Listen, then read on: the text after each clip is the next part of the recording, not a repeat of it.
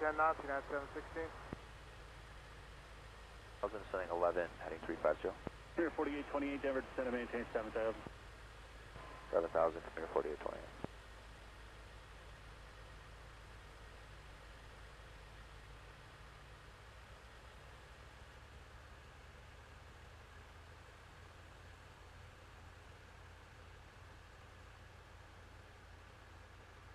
November 3, July, Mike, just going to maintain 8,000.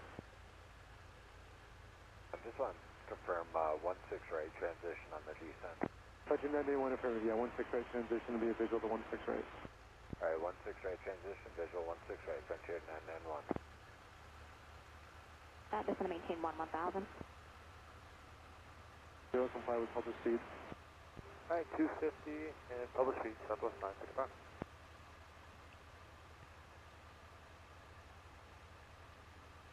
Spirit 4828, turn left at 330.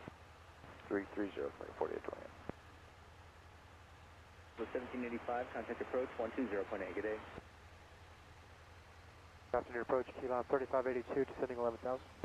Keyline 3582, Denver approach, runway 16 right.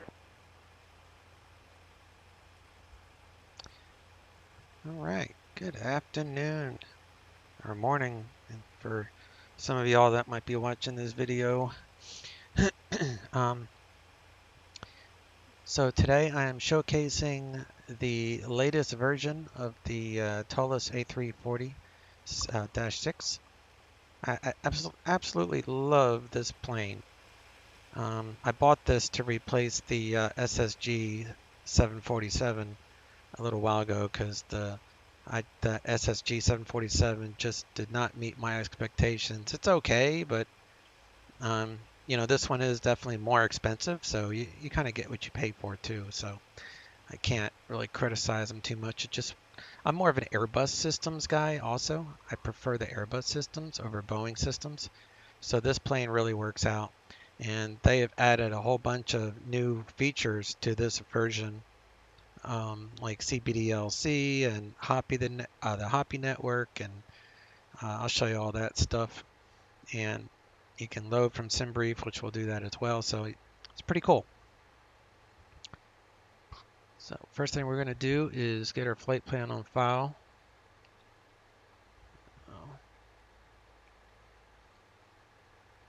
Make sure. Let's see here.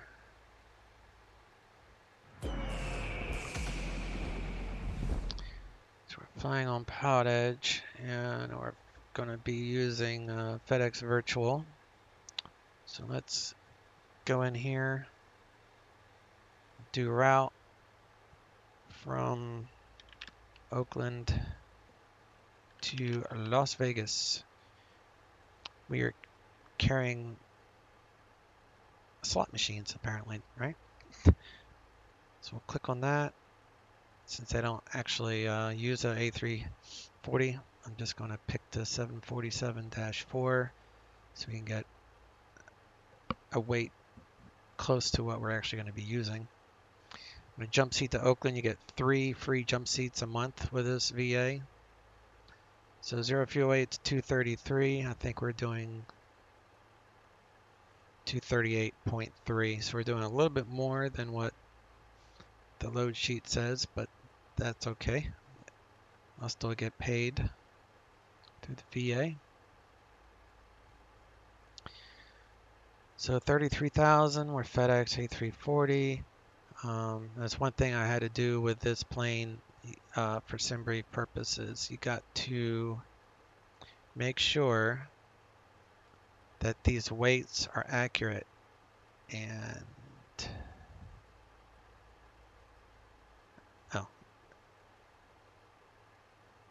wrong airplane. I was like, that didn't look right. So this is important. Put this in kilograms or pounds for 220 pounds, but kilograms is 100. Got to have this, otherwise the load feature will not work properly. And you want these weights. So you can screenshot this if you need these weights. So this is how I set up my A340 to work.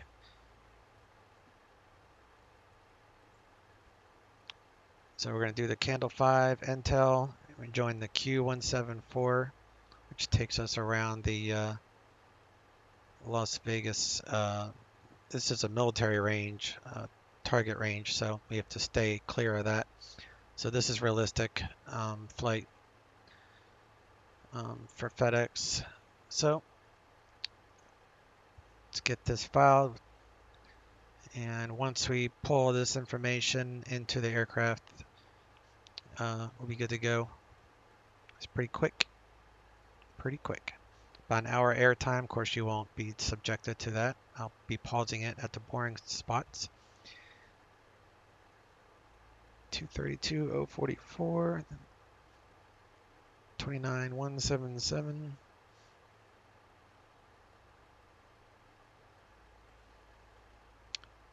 238.3. Just making sure all this is still good.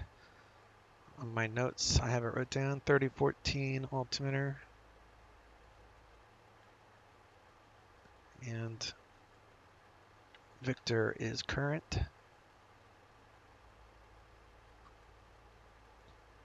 Departing 30. Vegas, we will arrive 26 left.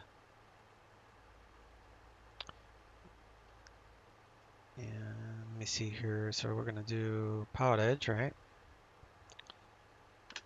And we're going to do CPDLC because Oakland is CPDLC capable. CPDLC. So click that. So that means we can do a text clearance instead of a voice clearance out of here. Oakland, Vegas, Candle 5 Intel, 174, Cocktail 2 arrival. Ontario's our backup. 33,000, FedEx 346 Lima, which is our VSM capable GPS. So, file, flight plan is on file. So we are parked here at the FedEx ramp. So we'll get a taxi down to 30. And this takes a minute to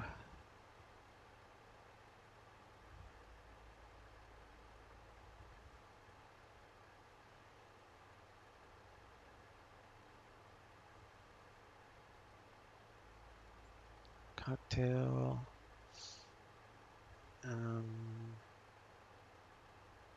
26 left. Cocktail.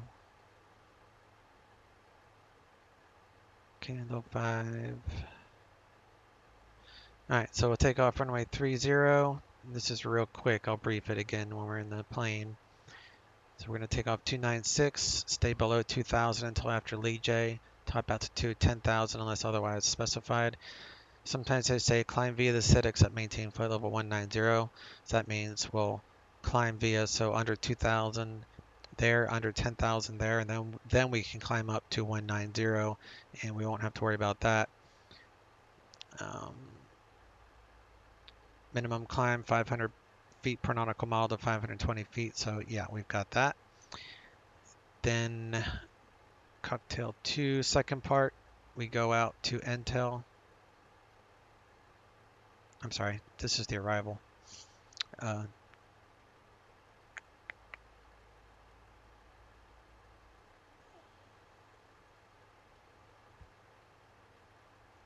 So Fletcher.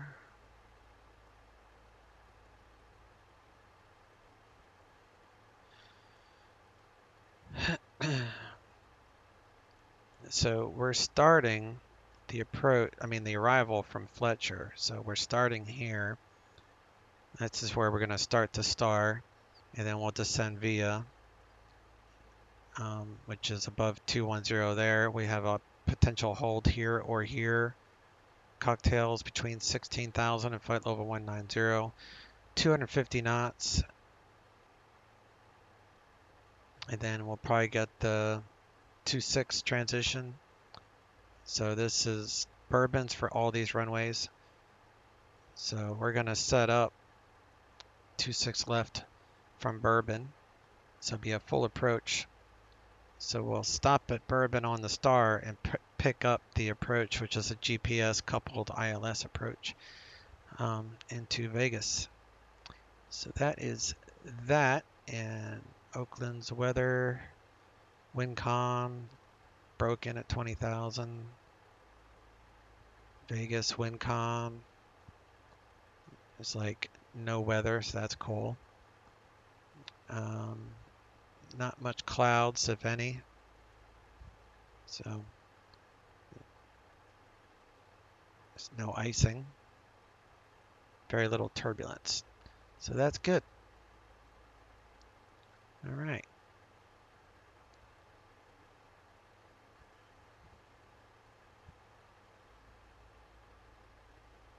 Come back over here. Get things loaded up.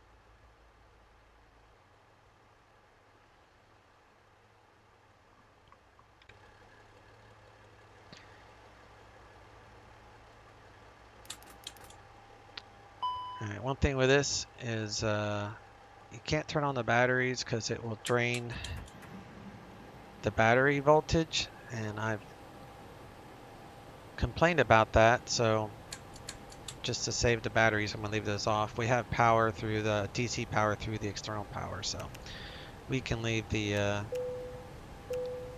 batteries off.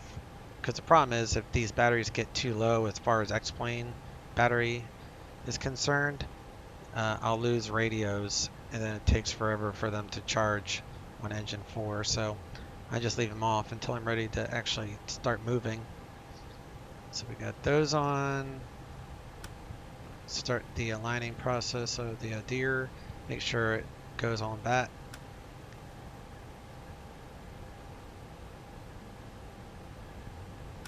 I mean, if you're fast at your setup, you can probably get away with turning on these batteries, but if you take your time, like I do, it's best to leave them off until you're ready to push. So when I turn on my fuel pumps is when I turn on my batteries, as you'll see in a little bit.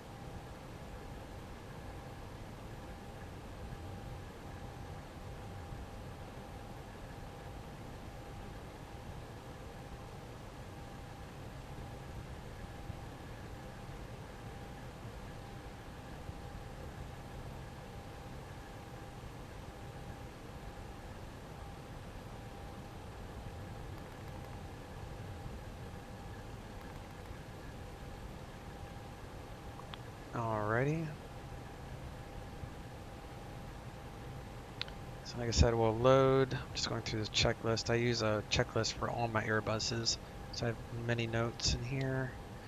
So let's check our engine oil. Got 18 across the board there. I don't do failures personally. I mean, every now and then I do, but not as my normal. So not everything should be good. As far as I'm aware, this doesn't have a wear and tear feature to where like you'll lose hydraulics or anything, or oil or anything. If it does, I'm not aware of it. So if someone does know, feel free to leave a comment in the video and I'll check it out. I'm just not sure where to find it if it is.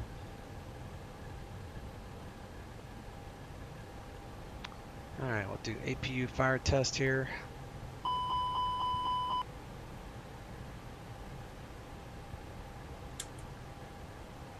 Gotta have the APU bleed ready to rock here.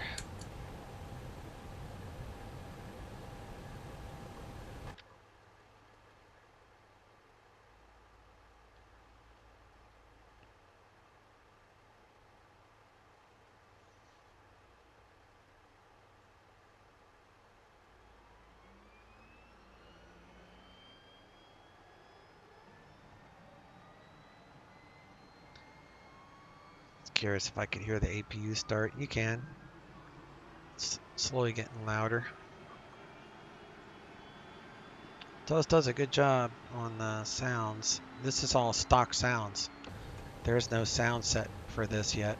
Oh yeah, there is actually, but the guy that makes it, most of his stuff is junk in my opinion, so I don't own the sound set for it. And I'm really happy with the sounds that come with it. They have an F-mod person that does all the Sounds really good to me. The engines are awesome.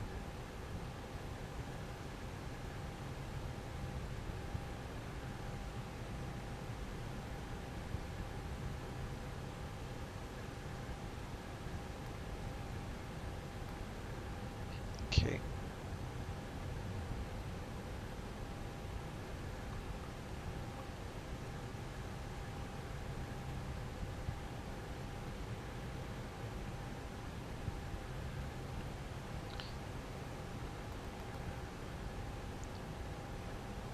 Oh, we can get the METAR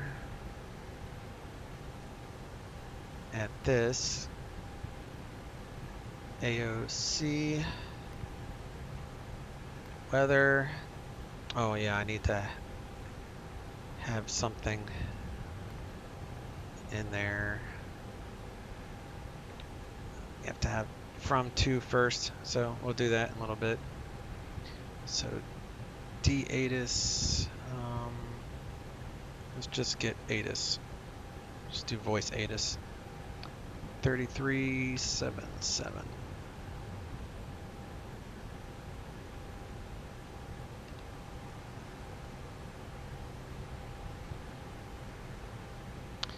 Well, I can't even do that because I have the batteries turned off.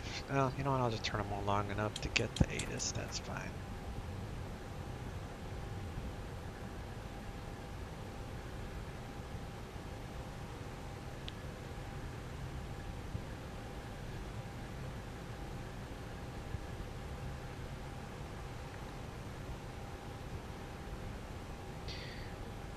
All right.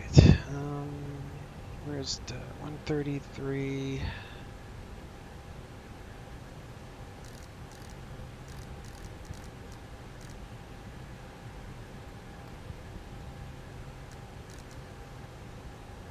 Seven.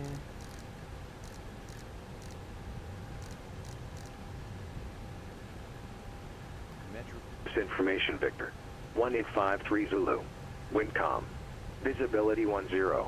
Ceiling 20,000 broken. 25,000 broken. Temperature 16. Dew point 10. Altimeter 3014.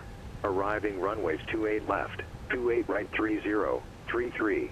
Departing runways 28 left. 28 right. 30. 33. Visual approaches in use. ILS runway 30 approach use. VFR departures contact clearance delivery. Advise on course heading, altitude, and if flight following requested. Read back all runway assignments and hold short instructions. Advise on initial contact you have information Victor.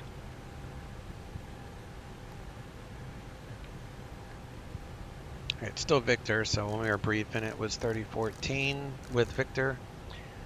And field elevation is sea level, so we're right on the money there.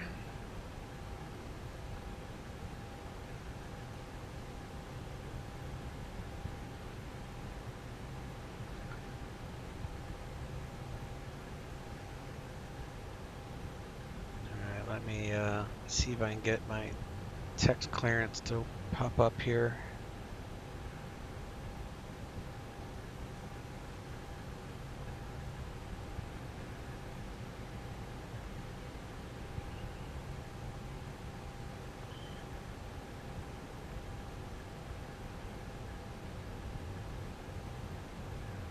FedEx.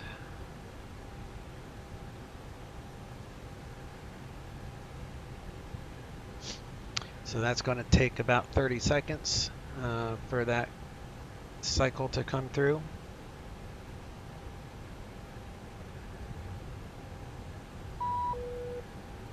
Or less. So ATC message, next, standby.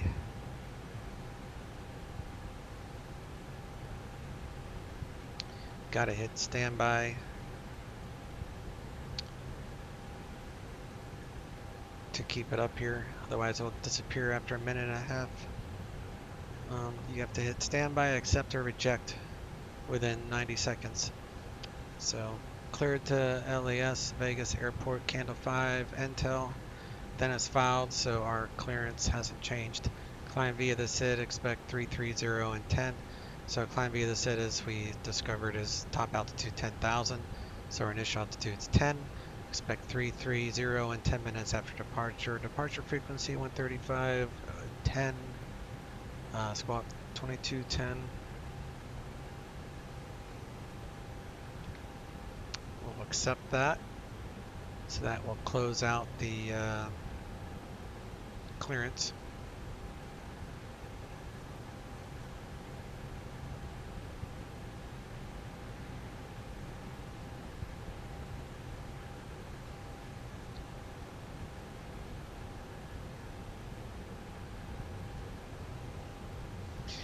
All right.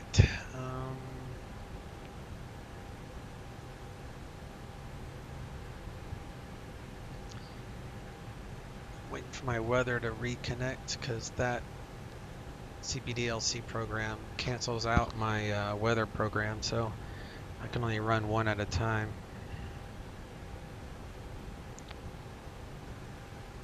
Let's reload the weather, make sure all the clouds and everything look the way they're supposed to. All right. Let's go into my web FMC. GPS primary.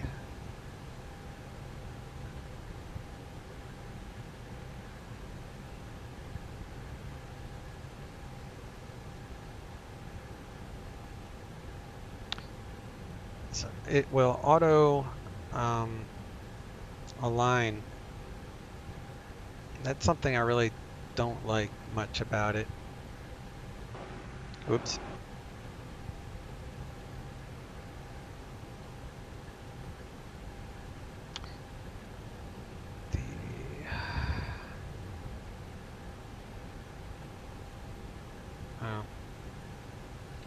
Let's do this first. I'm gonna go in it.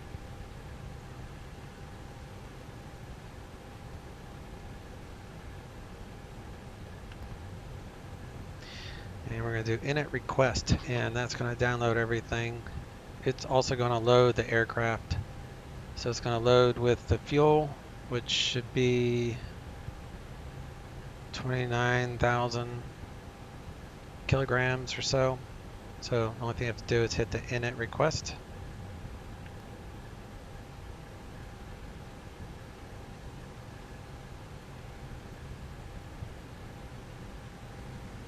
And that loads the airplane with everything we need. Now we got 29,000.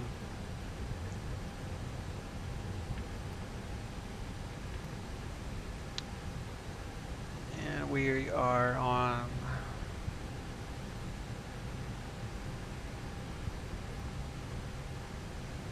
GPS monitor 3743.013.2, so it will automatically position itself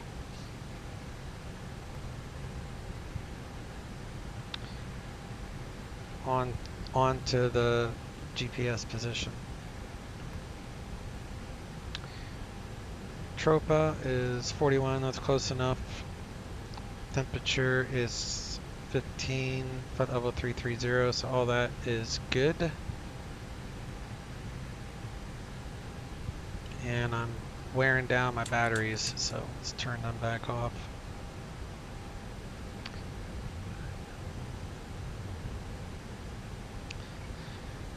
Alright, let's do flight plan. Oakland, departure, runway 30, candle 5, kayaks? Or no, Intel. Candle 5 to Intel, insert, and after Intel we're going to go on a, oh, it's already got the airway in there, 7-4, so then we're going to do 26 left, cocktail 2 from Bourbon, and start the arrival from Fletcher. So full approach from Bourbon, Insert that. Check for any discos, discontinuity. I can talk. Urban, all that looks good. Init, wind request.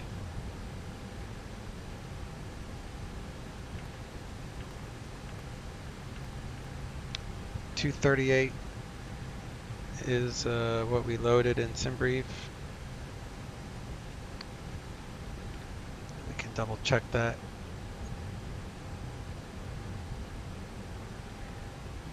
Everything is right, so that's why you have to have 100 kilograms in SimBrief, so that way it will load everything properly. Gives you a good CG automatically. So that's why you have to have the SimBrief set up properly. So we are, all that is good. Perf, we're gonna do 540. Do 210 for initial speed. And decision height for ILS 26 left is, I'll brief it later, but it's 100, so no, 200.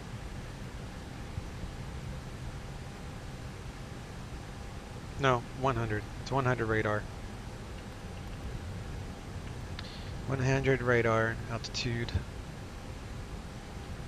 And we're going to do Oakland 30 departure.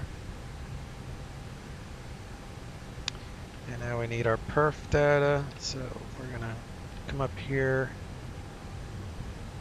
and we're going to go take off perf 30, wind calm basically 16. All this is relevant still, so 267.5 is correct.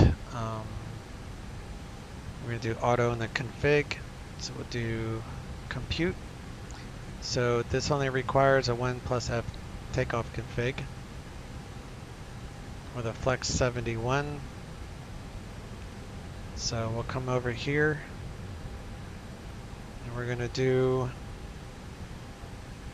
uplink takeoff data request.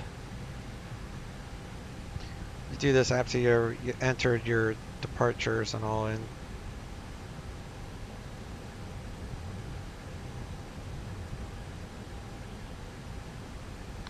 Takeoff data uplink. So received.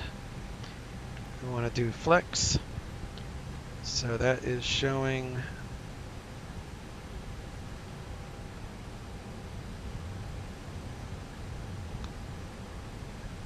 see 139, 153, 161, 168. So flaps 1, flex 71. So you can see here all that is accurate.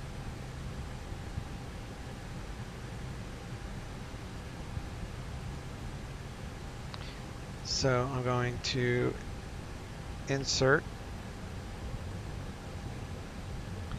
That way everything is in there. And then second flight plan for Oakland.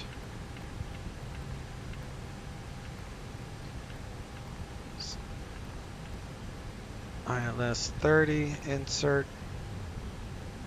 So if we need to come back, this is our engine out, SID. Second flight plan. So you can see here it says second approach. So current weather is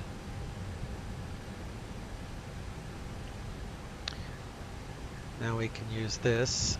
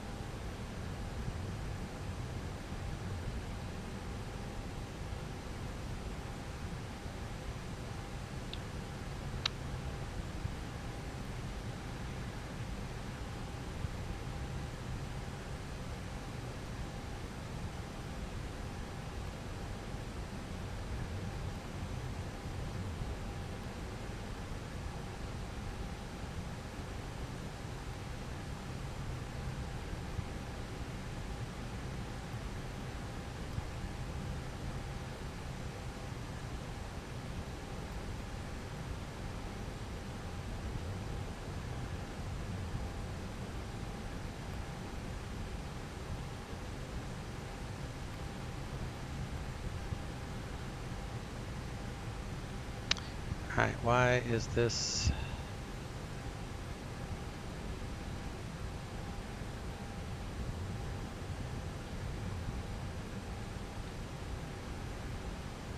There we go. Guess I had to redo it a little bit. Alright, we just want the METAR for, not Ontario,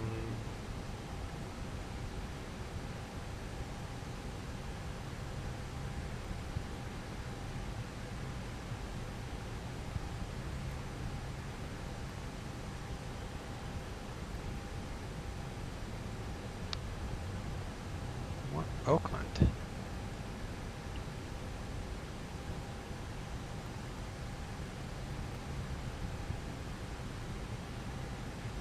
Oakland, METAR. There we go. So 3014.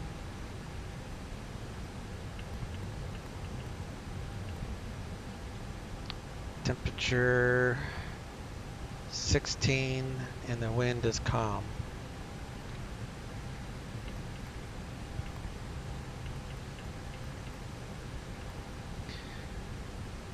And I believe this ILS 30 is a Cat 3, so that would be 50. So we'll leave it on the fuel prediction page.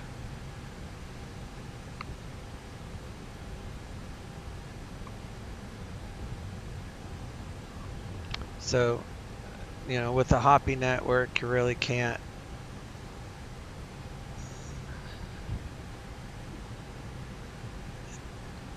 like this doesn't work on Pilot Edge as far as clearances. Sometimes VATSIM will work, but sometimes it will work, but not in the United States as far as I know.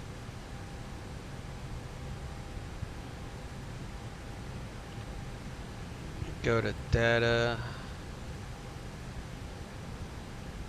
page 2, pilot waypoints, delete all.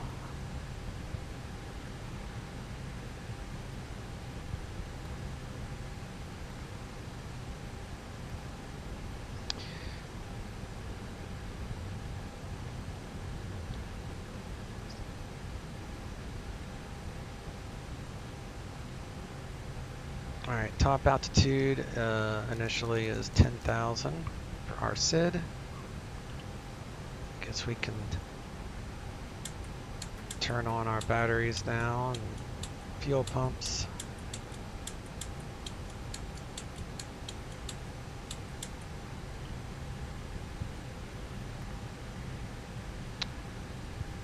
We got tower 127.2.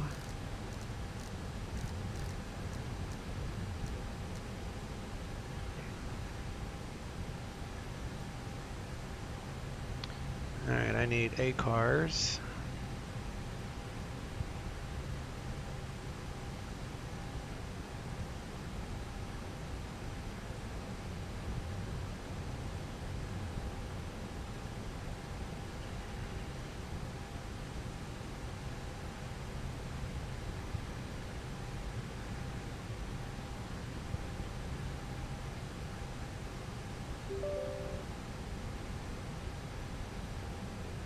See if I can pop up A cars for you guys.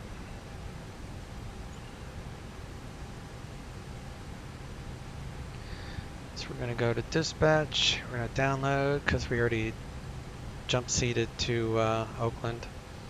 So we're going Oakland to Vegas. We'll hit start. And we're all good to go with our weights. Everything is loaded up.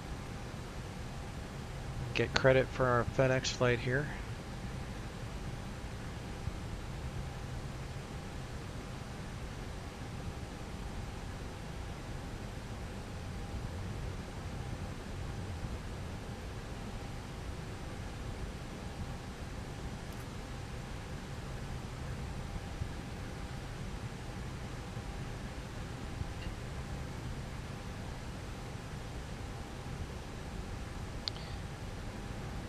we need to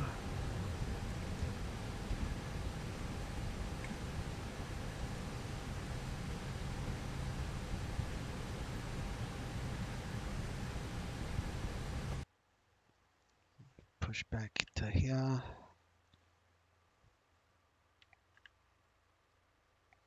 Ground to cockpit. Plan acknowledged. Call me through the menu when you're ready. Ground to cockpit. Toes driving up. And one thing with this, you gotta remove the chocks. Otherwise the pushback won't do much for you.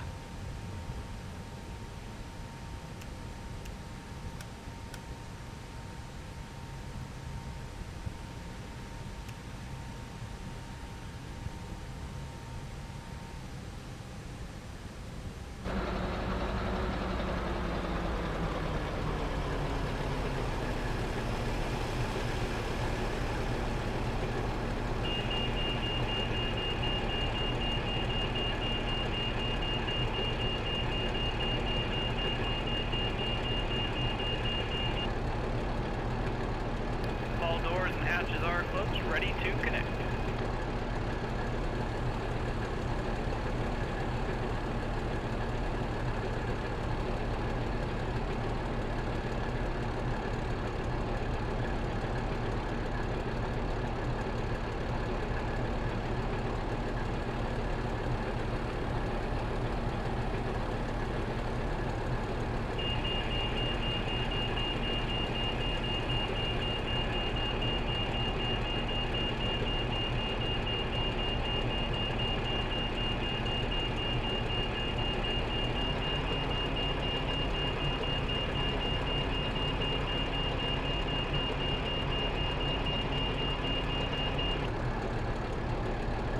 Walker 1574, contact Albuquerque Center 128.45.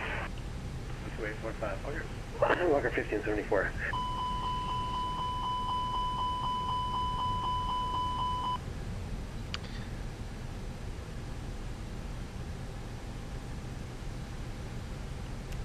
Alright, turn on beacon.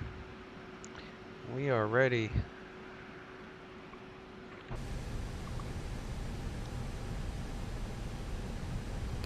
Starting pushback. You may start Walker your engine. 1574, Albuquerque Center, thank you. Guys got altimeter still close to 3039. Start engine 3 to begin with, and we'll do 2210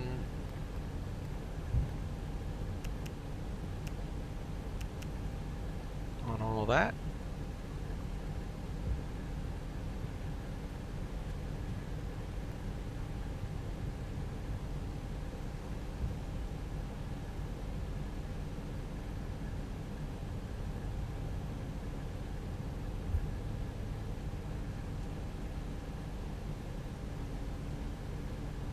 Start engine 4. Once I get the light off, I'll start the next one.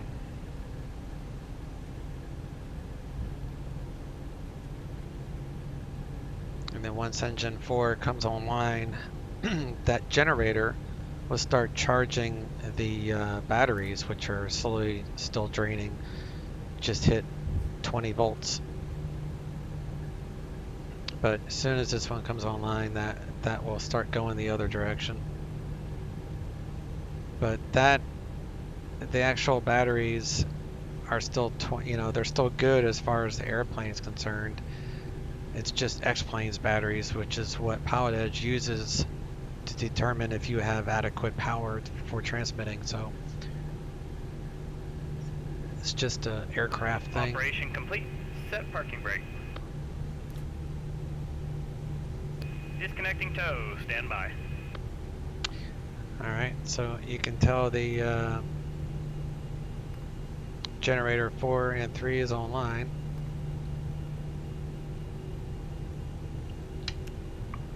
You can tell the batteries are charging now, the X-Plane battery voltage, which is again what Pilot Edge uses for radios, which is totally separate than what Toliss does for their batteries, but I guess there's nothing they can do to fix it, so it's just an easy workaround. Just turn them off until you're ready. It would just really suck if nothing charged them. Then you would be really screwed.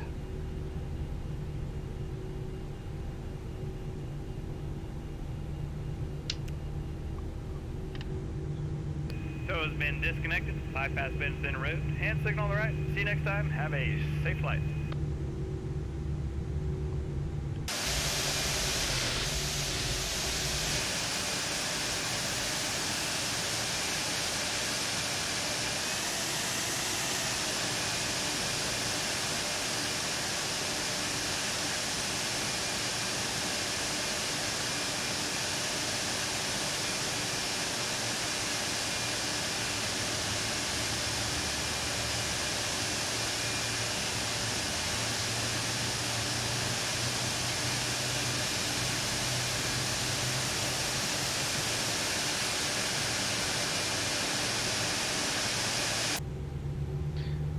Alright, got 4 good engines.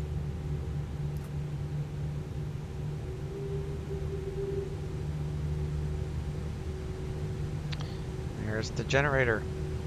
Bring this back. I'm gonna do 1 plus F takeoff config.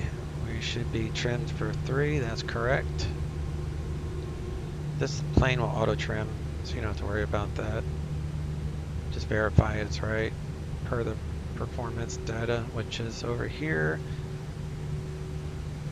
Up 3.0, up 3.0, so all is good. All these lights are out, crew supply, oxygen on. APU off, probe window heat on.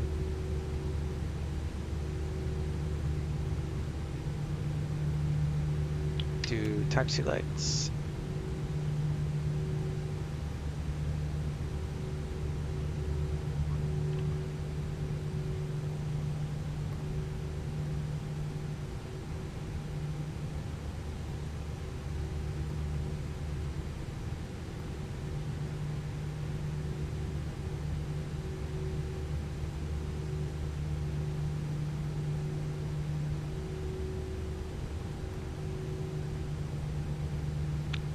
$30.12.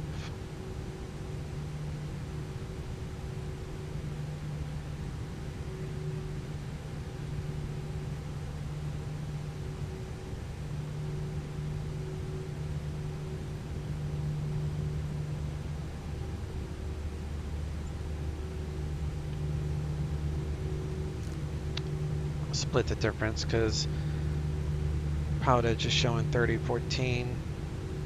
So that's fine. Everything else is a-okay.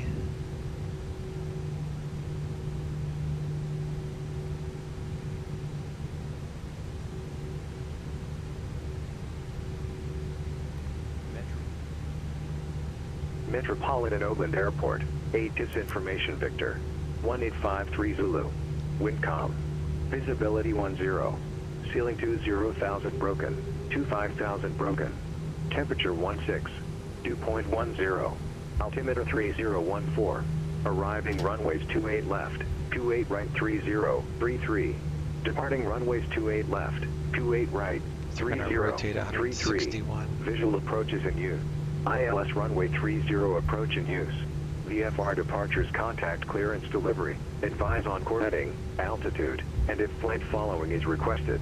Read back all runway assignments and hold short instructions. Advise on initial contact you have information Victor. Metropolitan Oakland Airport, 8 Disinformation Victor, 1853 Zulu, Windcom, visibility 10, ceiling 20,000 broken, 25,000 broken, temperature 16, dew point 10, altimeter 3014, arriving runways 28 left, 28 right 3033, departing runways 28 left, 28 right, 3033, visual approach.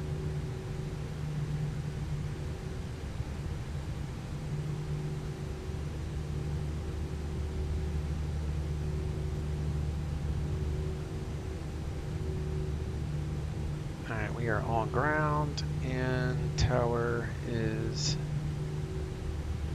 standby 127.2, ground is 121.7. Walker 1574, contact Los Angeles Center 134.65.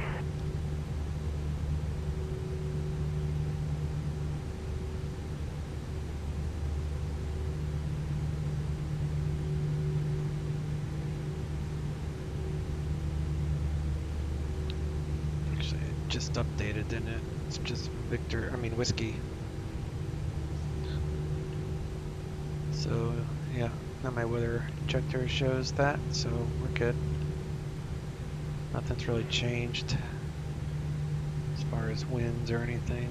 140 at 5.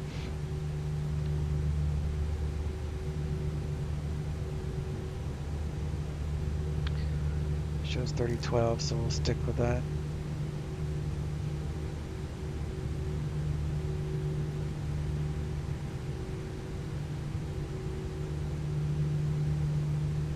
Afternoon, Oakland ground, FedEx 3650 heavy at cargo with whiskey, ready to taxi. FedEx 3650 heavy, Oakland ground, runway 30 taxi via Bravo Whiskey. 30 via Bravo Whiskey, FedEx 3650 heavy. Sounds like she's in an echo chamber.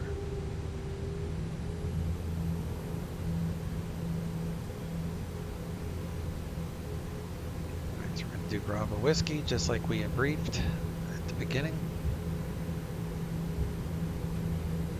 The only thing I forgot to do was plug in my SATEC radio panel into my USB hub, but the only way I could make it work at this point would be to restart the sim from scratch, because that plug-in loads when you load the sim.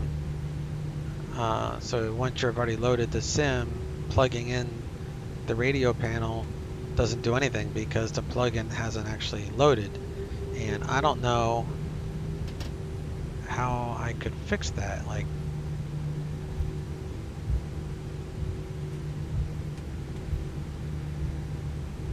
I wonder if I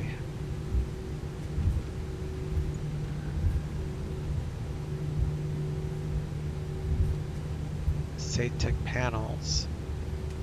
I mean, it's a plugin. It's not that big of a deal. I don't want to mess anything up, honestly. If it ain't too broke, don't fix it.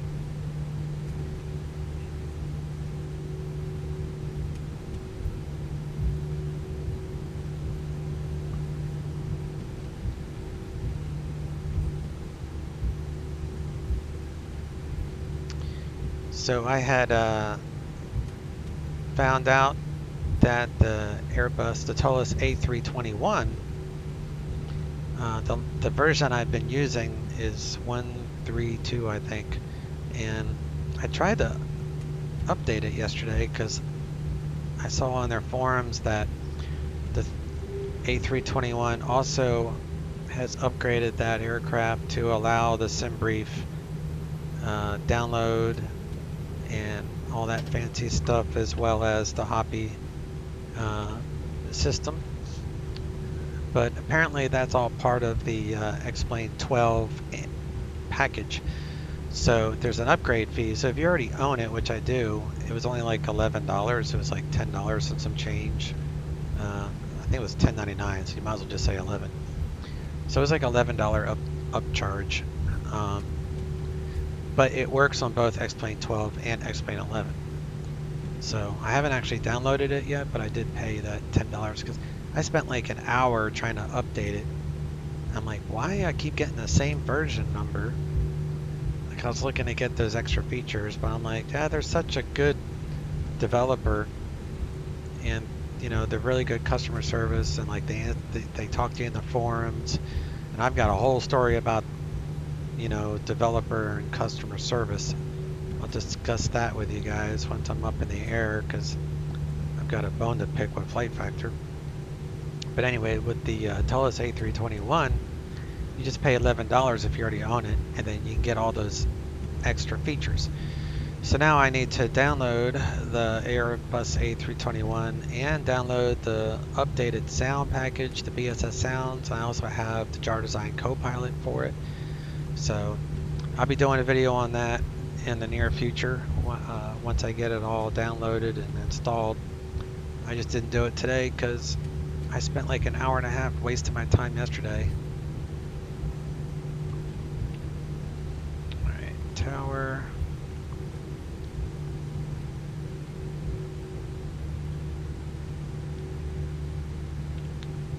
And Archer's 135.1.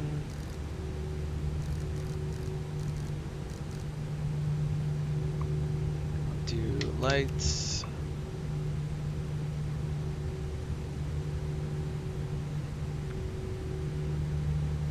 Oakland Tower, FedEx 3650 Heavy, holding short, 30. FedEx 3650 Heavy, Oakland Tower, runway 30, cleared for takeoff, wind 1305. Runway 30, cleared for takeoff, FedEx 3650 Heavy.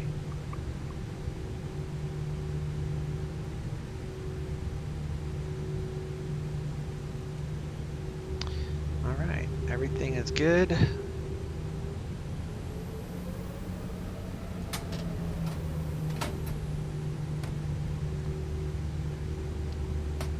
Sometimes there's a checklist on that, but I know the Fight Factor one has one.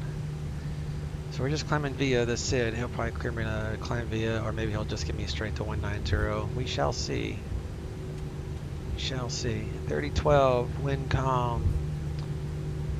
Engines 50%. Engines stable. Flex 71, SRS active, airspeed is alive.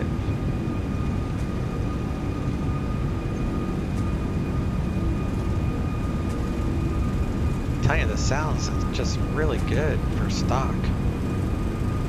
I have no intention of buying sounds for this airplane.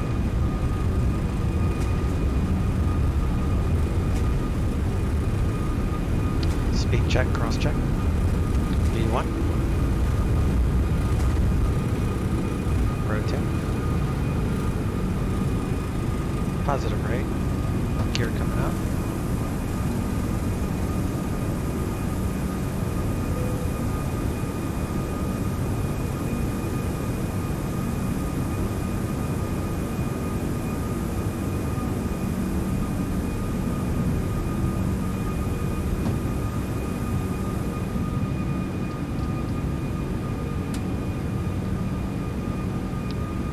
Thrust here, so we'll hold up at 210 knots.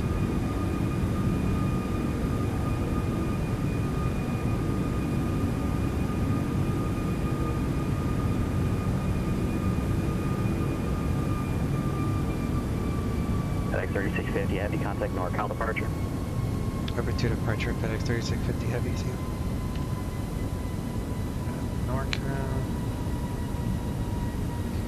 NorCal departure, FedEx 3650 Heavy, climbing via the Candle 5, leaving 2000. FedEx 3650 Heavy, NorCal departure, radar contact.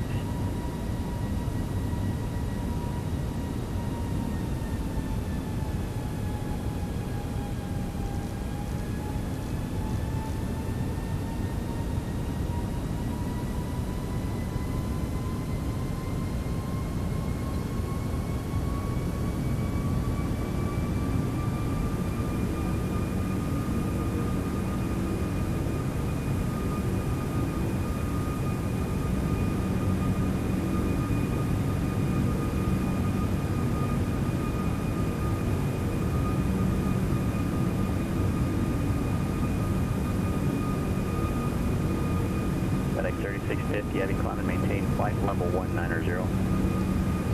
Climb and maintain flight level 190, FedEx 3650 Heavy.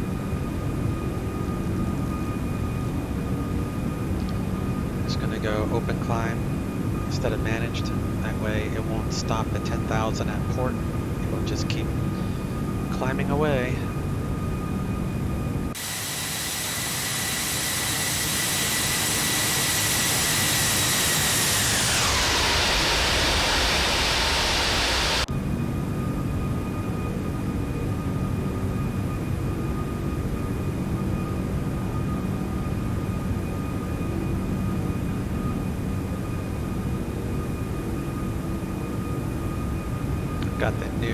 Mr. X San Francisco downloaded too.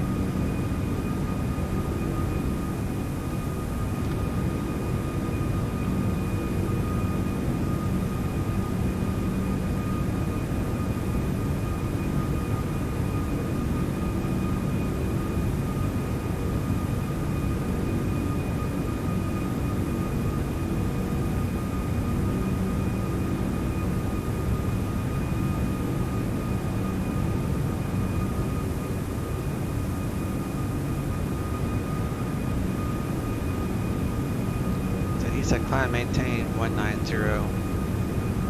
If he would have said climb via the SID but maintain 190, then we'd have to stop at 10,000 at port. But since he said just climb to 190, we can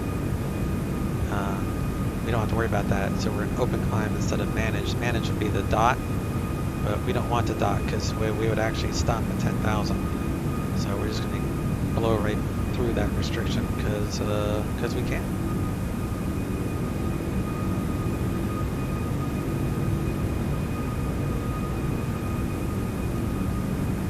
Do the ground spoilers. It's 10,000 feet. Turn off the landing lights, taxi lights. Even have a sunshade.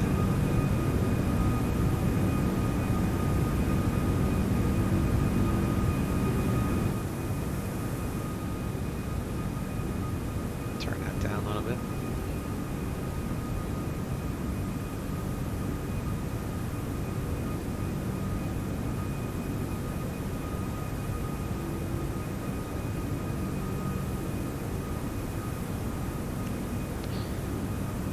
Do wind shear to auto.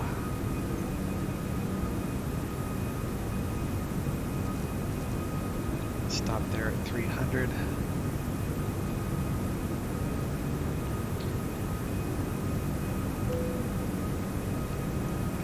The crew and get up.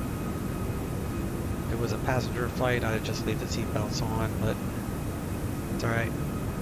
There's no turbulence.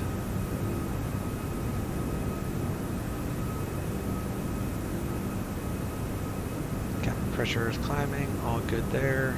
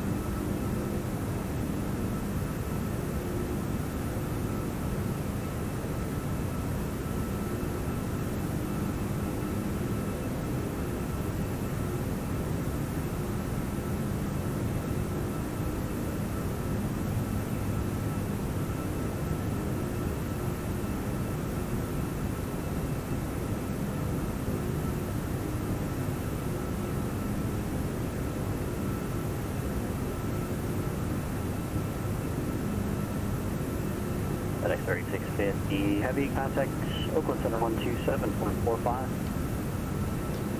Oakland Center 127.45, FedEx 3650 Heavy.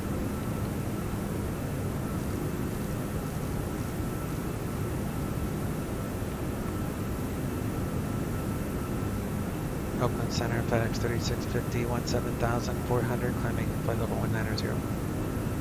FedEx 3650, Oakland Center, climb and maintain flight level 330. Climb maintain flight level 330, FedEx 3650. Alright, 330, put that to standard, cross-checked, all good. Take that all the way up to 330. And once we get on this straightaway here,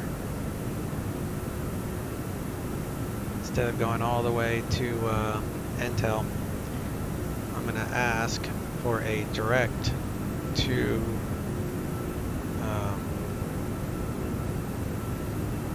what is it called?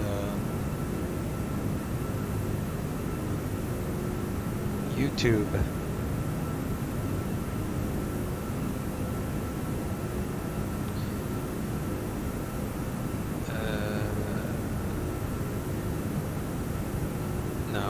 Yeah, kebab.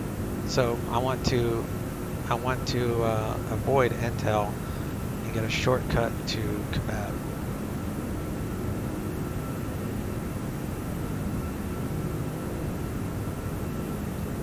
So that would give me a little bit of a shortcut.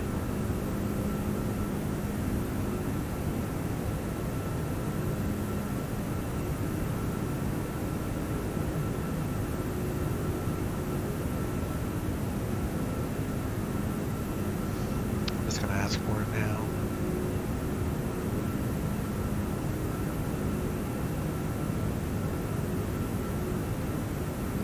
Oakland Center, FedEx 3650. If I could get a shortcut to kebab to join the Q174 from there. FedEx 3650, stand by.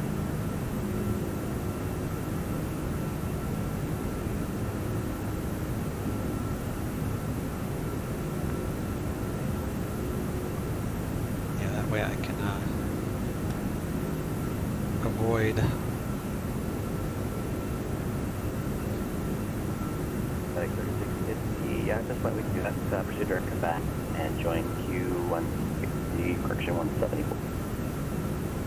Appreciate it. Clear direct to kebab to join the Q174 airway, FedEx 3650. So we're going to get rid of Intel and just go boing, just straight to kebab. So we do direct, kebab, direct to insert. And that will turn us. And now you see Intel's gone. We're just going to go straight to kebab.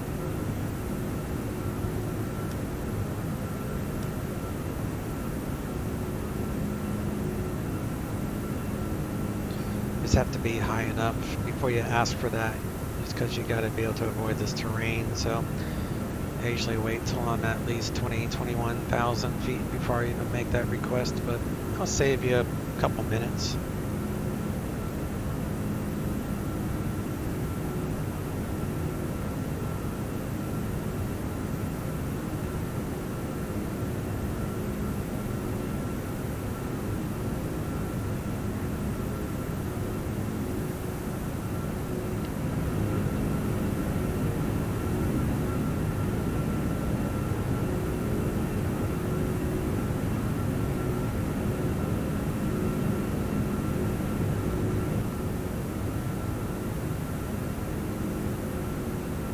Alright guys, I will spare you the rest of the climb out to 330.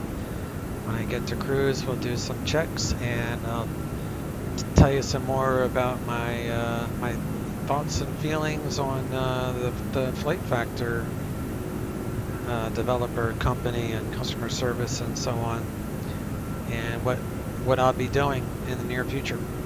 So hang out and I'll see you in a minute. I'm going to pause the recording so that way you guys won't be bored for the next few minutes. See you in a minute.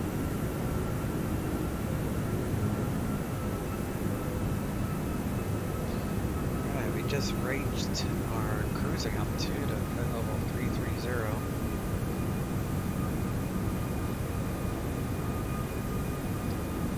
So this is the time that we need to do a couple ECAM checks. Leaving the speed as fast as possible for right now. Do manage speed when we start our descent. But we got a little ways to go before our time of descent, like 2044. So we got like 20 minutes before our time of descent, so plenty of time.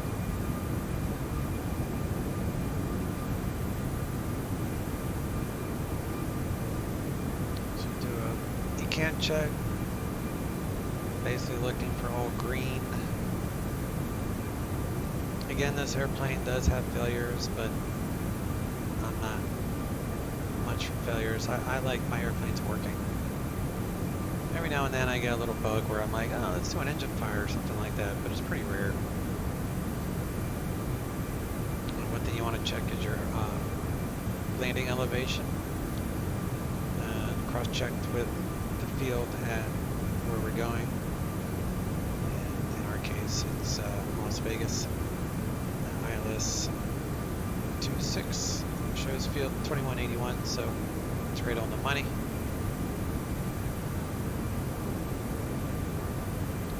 4 good gens, which you can see up here.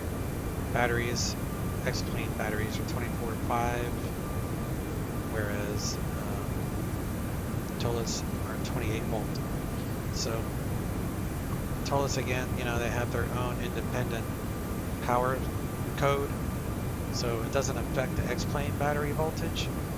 But again, it's important to know that the Pilot Edge uses these values and not these values. So I'm not sure if VATSIM does, but if you lose comms, that might be why. So take that for what it's worth.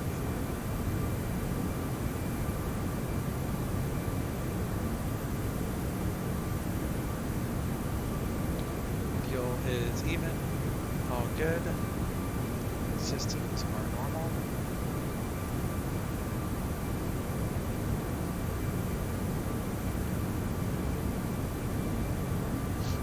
So, so what I was going to tell you is I haven't been very happy with the flight factor A320 as of late.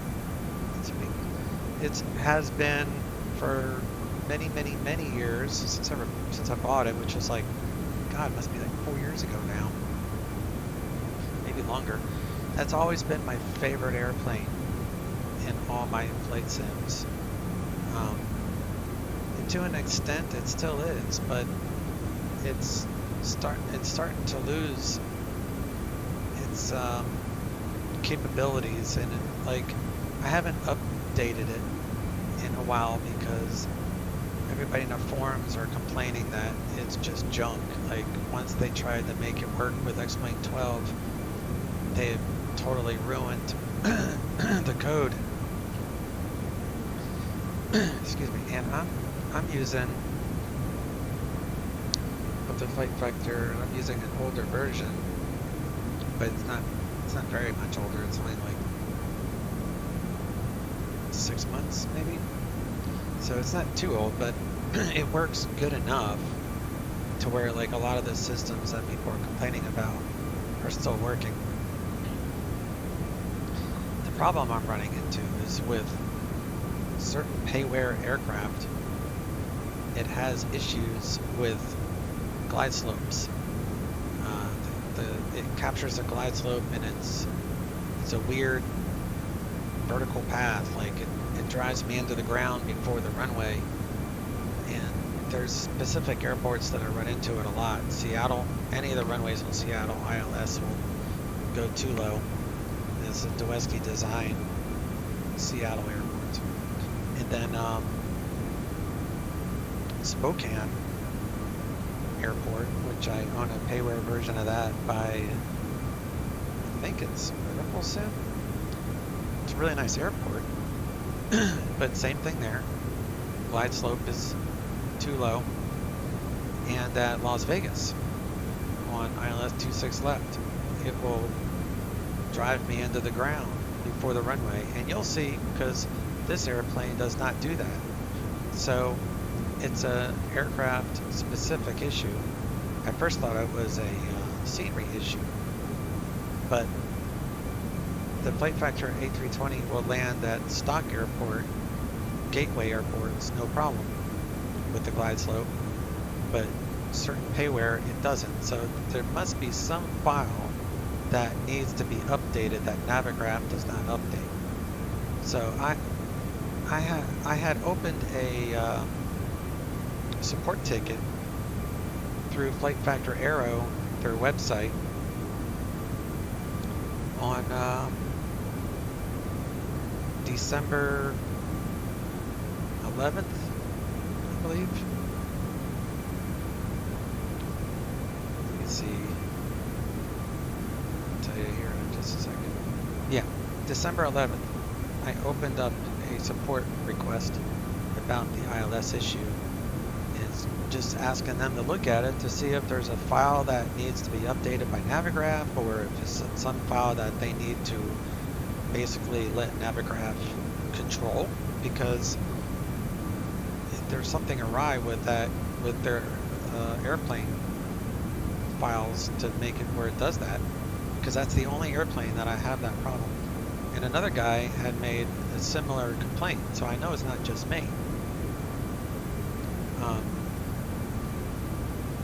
So the day that I posted a support ticket, I got a reply from them that said, let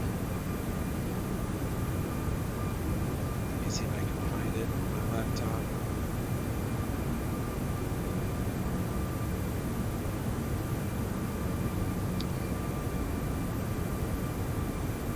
Well, it just, the guy just said, can you go into more detail, basically? Can you elaborate on, you know, what's going on? So, you know, I had sent him log text files. I after he asked for more information, I took a whole bunch of screenshots showing the problem. I did a video. I've done all sorts of stuff to include a whole bunch of log text files. That's a cool break out of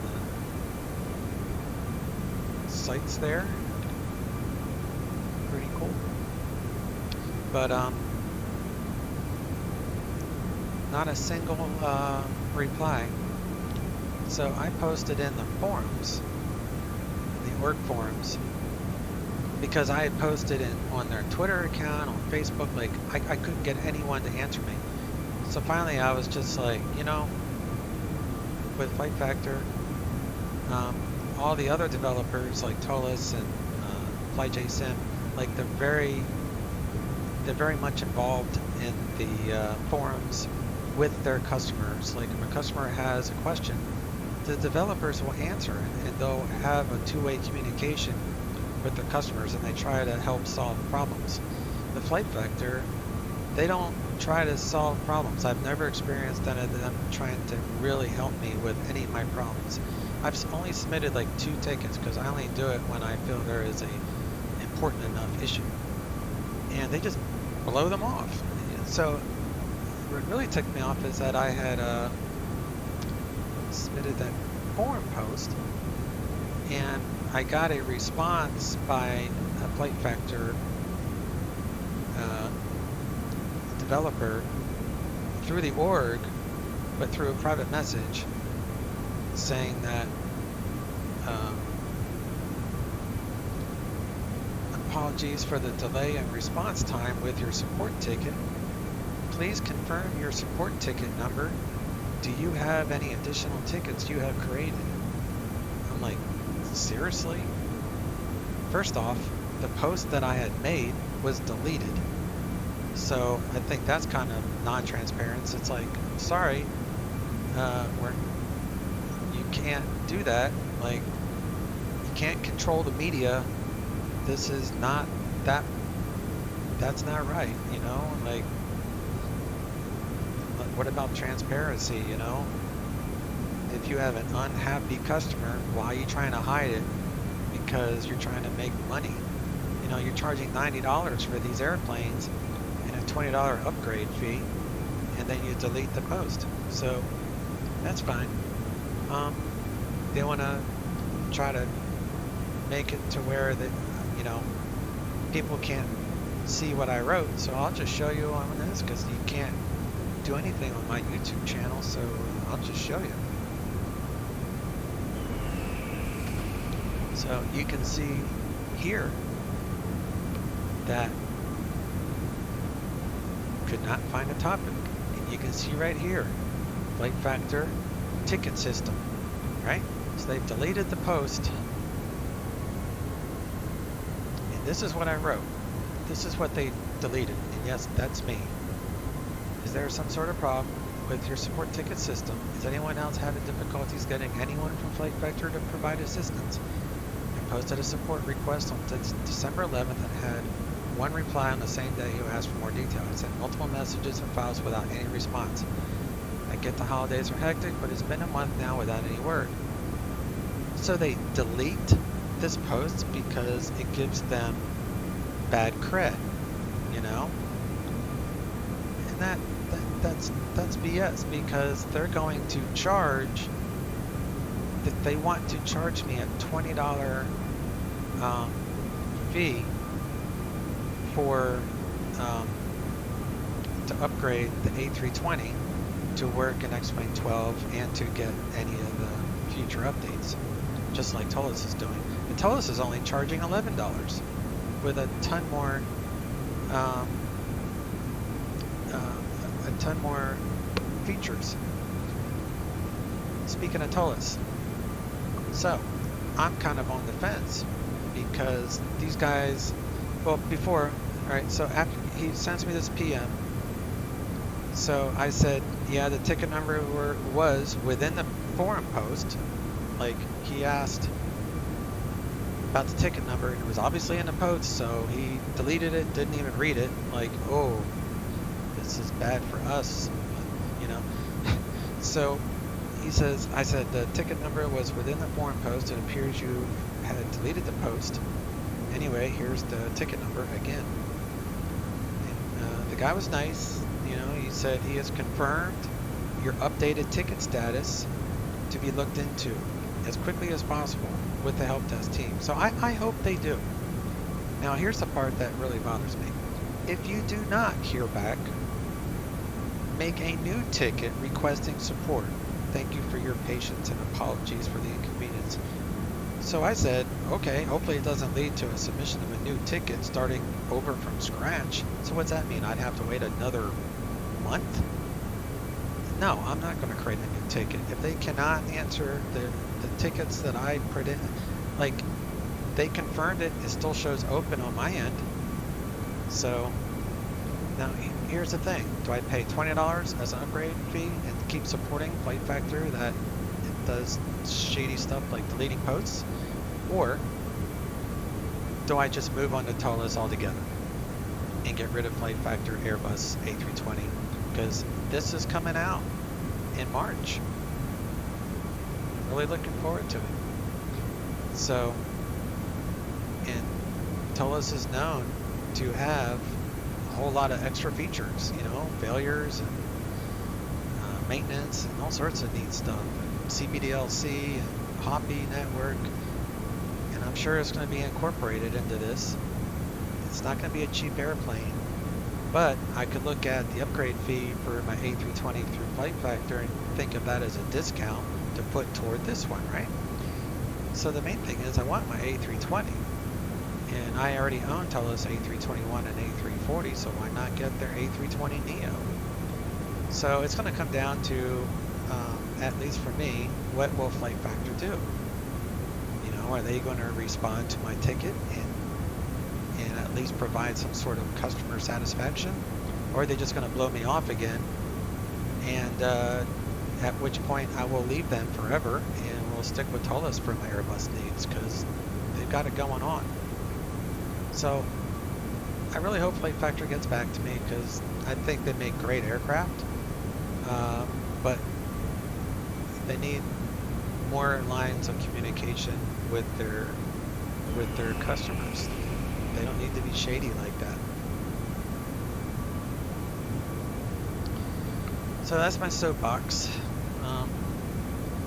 Feel free to leave a comment below with how you feel. I just feel when you spend, you know, $90, like I spent over $120 on their Boeing 767 because you had to get the glass cockpit for that, and you had to pay like $10 for their cargo livery package. So I've spent hundreds of dollars on Flight Factor stuff. And they basically just say, oh yeah, sorry about you. So I'll give you guys an update. We'll see if they answer this ticket. If they answer and if they actually fix the issue with the problem, or at least attempt to fix it, I'll let you know. But that's going to be a huge deciding factor for me moving forward to whether or not I do business with them anymore, because I was seriously considering buying their Dreamliner, their Boeing 777, I think. They're building a new Boeing, like, long hauler from the ground up. It's supposed to be like their most technical, study level aircraft to date. But I put a lot of emphasis into customer service and transparency, and if I don't have that experience, then I just don't know if I want to keep giving them money.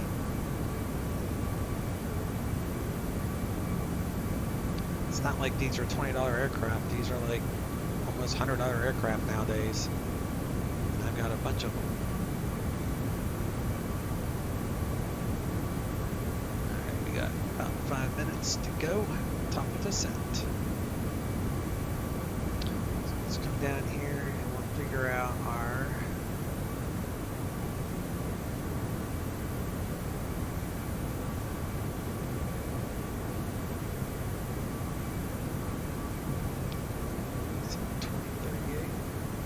that updates on its own. I guess it does.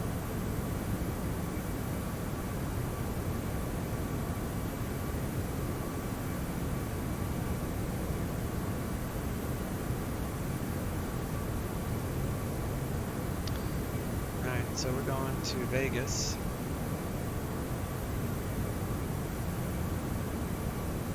This is 1856, so I'd be curious if this updates on its own. I'm going to write it down. 1856 Zulu.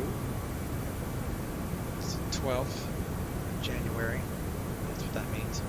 Wind calm, 10 square mile visibility. Temperature is 12, altimeter 30, 40.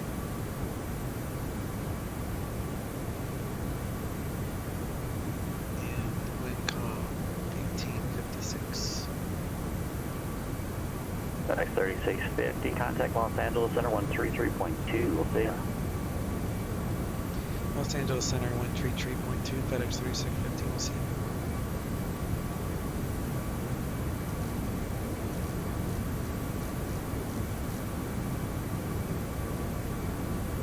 Victor Bravo, San Luis Tower, circle south of the airport for left down on runway 29er. Runway 29er, clear to land.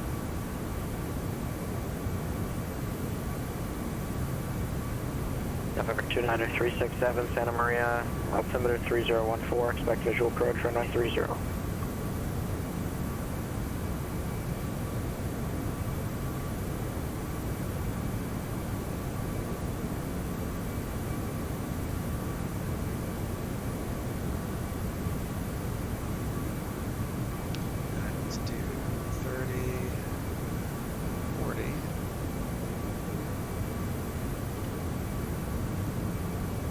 Los Angeles Center, FedEx 3650, flight level 330.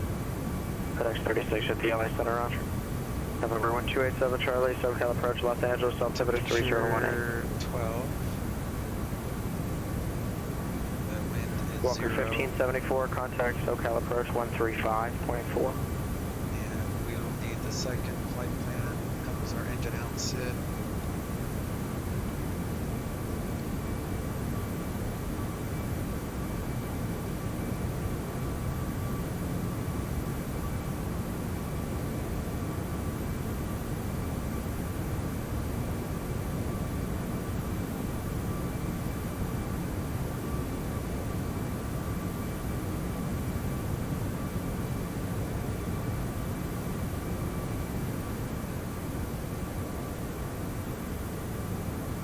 FedEx 3650, descend via the cocktail 2, arrival runway 26 left, and the altimeter 3037.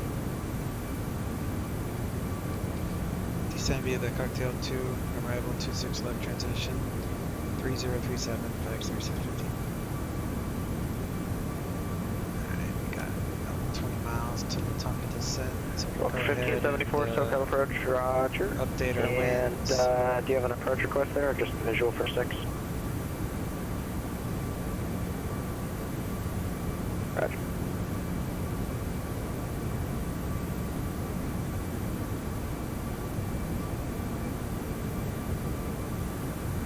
We're 87 Charlie after Santa Monica, fly heading 300.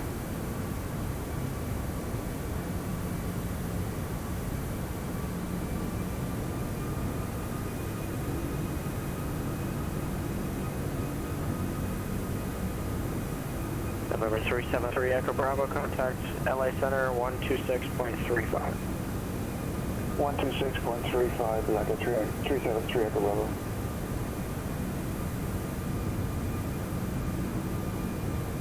Alright, so the lowest we can go. LA Center, Blanket 373 Echo Bravo, 10,000. November 373 Echo Bravo, 8,000 LA at Center, Bourbon. Palm Springs, altimeter 3029er. 3029er, Blanket 373 Echo Bravo. So we'll set that for 8,000. Do manage mode in the descent. And we'll also put the TCAS on below.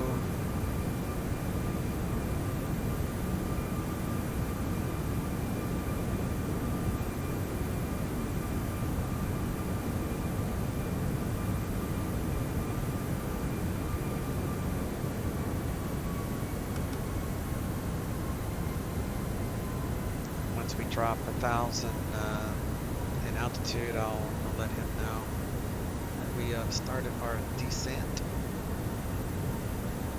into Las Vegas area.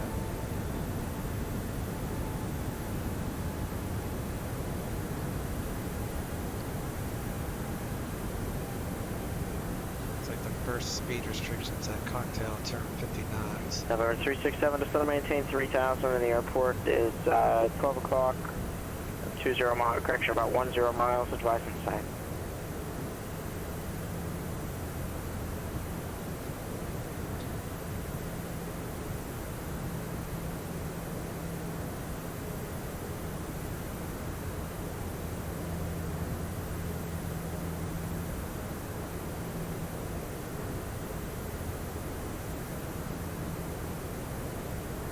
LA Center, FedEx 3650 is leaving 330. FedEx 36 with you, Roger. Whenever, even though you gave me my descent clearance, when you descend, you gotta let them know, because whenever you leave your last assigned altitude, you gotta let them know, because it's all control airspace. 232 Victor Bravo, taxi to parking via I mean, Alpha. if you're under IFR, you're pass controlled for I-10. anyway, even if you're under class Alpha, but especially anything above 18,000 feet, whenever you change in altitude, you gotta let them know. You gotta let them know.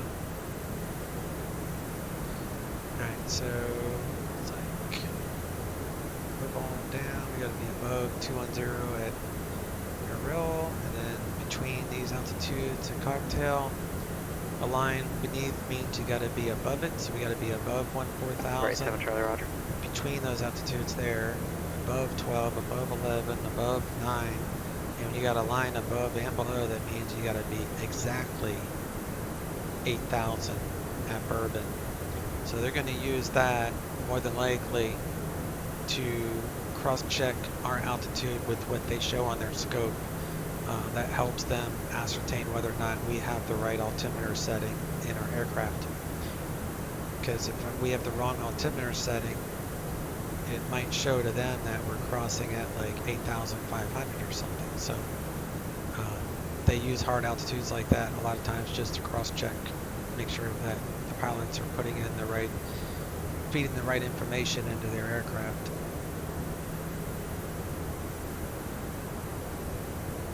At least I think so.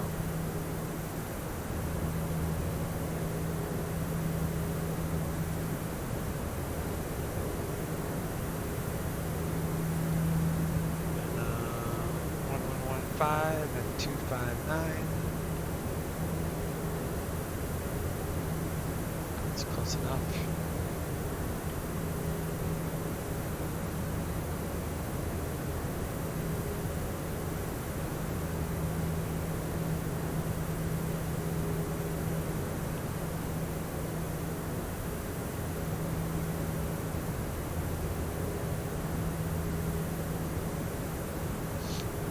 Cool if I could get the actual ATIS, but it won't let you.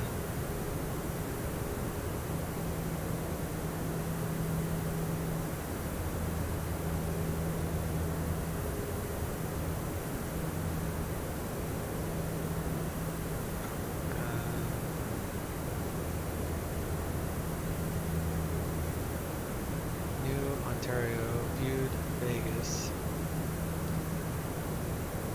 So I'm wondering if this will change on its own after a few minutes. We'll check it again. Or if we have to Okay, what would you like to do? make it new ourselves.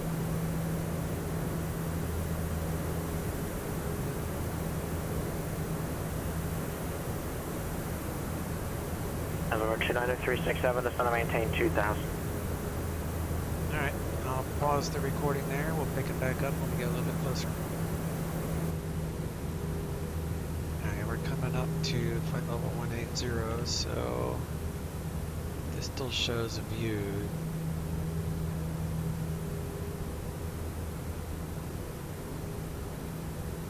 $18.56. So what if I go back to here, do METAR with that like Walker 1574, turn right, heading 240. So we got new 1956, still the same. Actually, no, it changed. Time's the same, but FedEx 3650, heavy contact, Vegas approach 125.02. Las Vegas approach 125.02, FedEx 3650. Switch that over there. And we're looking at 3037.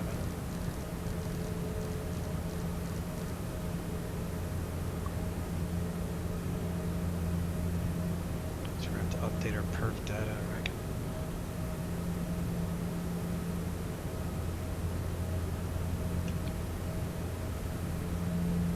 Las Vegas approach, FedEx 3650 heavy, descending via the cocktail 226 left transition, leaving flight level 180. Current with Bravo, request ILS 26 left from Bourbon.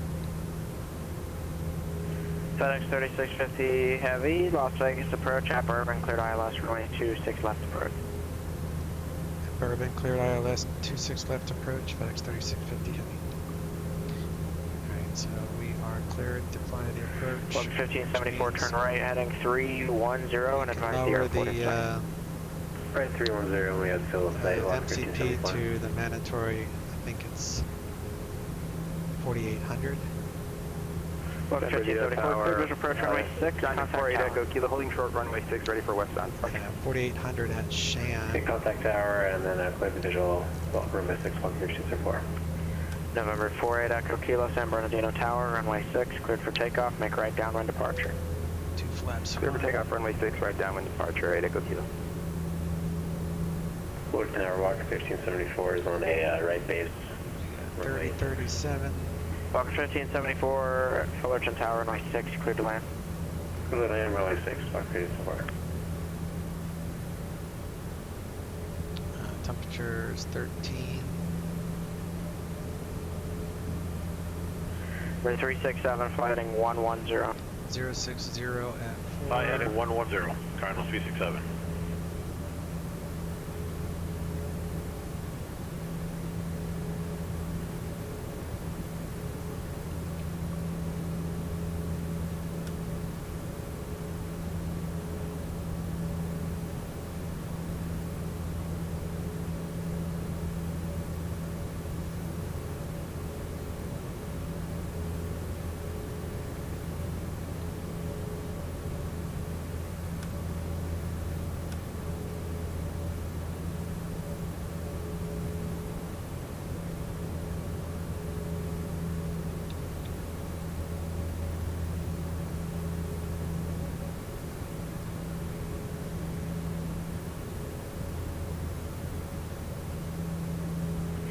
Number 87 Charlie, contact Burbank Tower, 118.7. Tower 118, Charlie.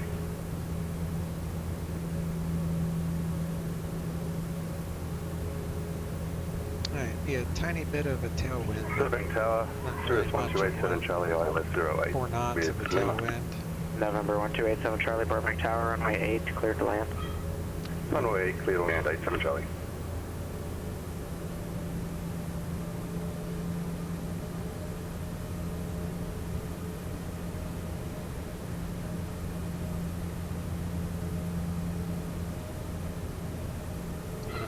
pause the recording until I get a little closer.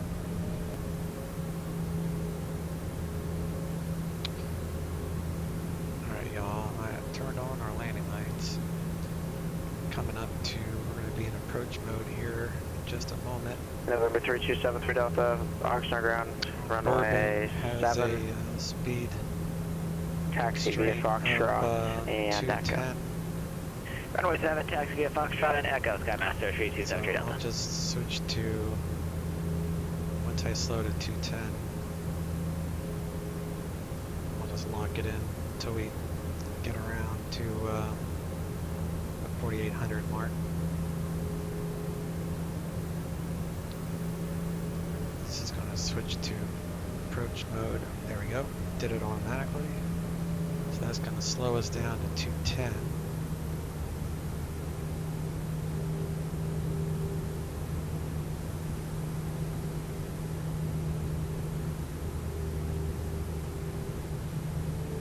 I'm going to lock it in at 210. I'm going to go flaps 2.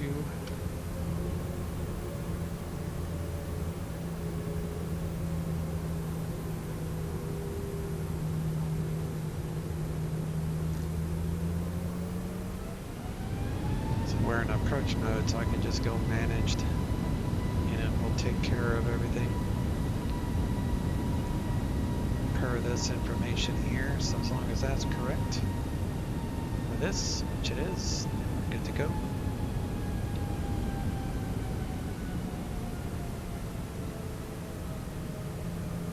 Turn on the LS, which is a localizer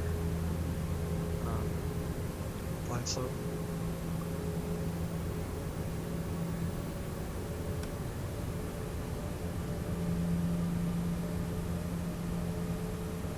Murray 1 Romeo, radar contact 5 miles north of March altimeter 3017.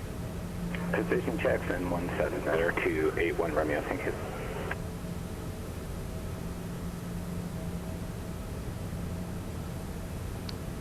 Tower is 19.9.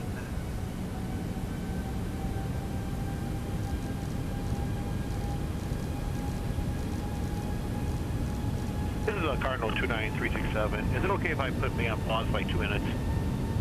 The 367, that's fine. Just pause there. Let me know when you're ready to move again.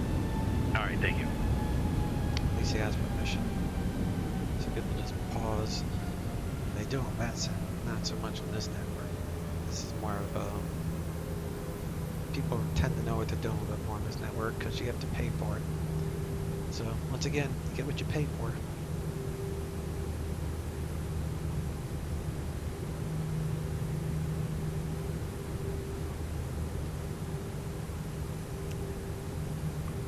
Seatbelts are already on, that's all good.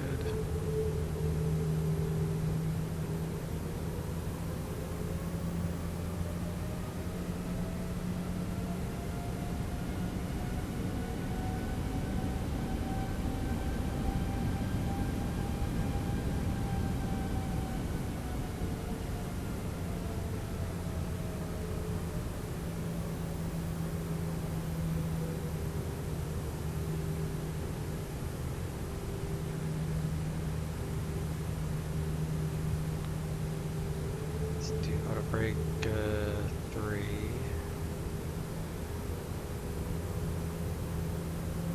Reverse on.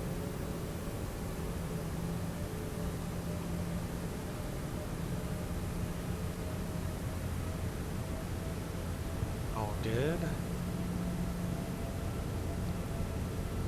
See, this is the type of stuff that the Toliss A320 will have. They've got all sorts of goodies in here, so. And they get back to you quickly. Heavy contact tower 119.9er. Las Vegas tower 119.9er, FedEx 3650 heavy. Number 3 Echo Bravo, cross thermal at 5,000, cleared. Sorry, cross thermal at 4,000, cleared on of Zulu, runway 31 left approach. And sorry, I was right the first time. Thermal at 5. Black at 373 Echo Bravo, clear thermal at 5,000. Clear for the RNAV Zulu 31 left approach.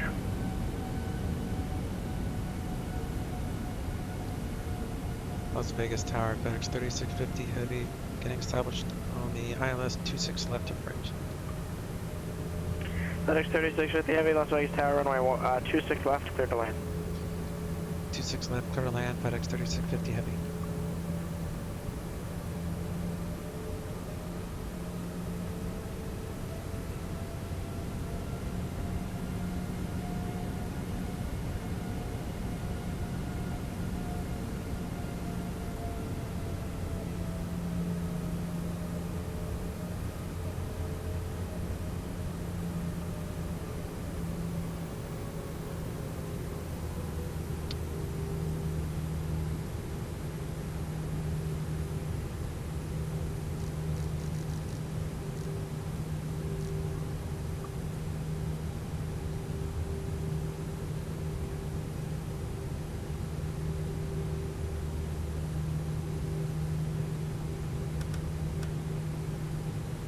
Cardinal 29367, I'm back. 367, clear direct to Elzeus. Direct to Elzeus, Cardinal 367.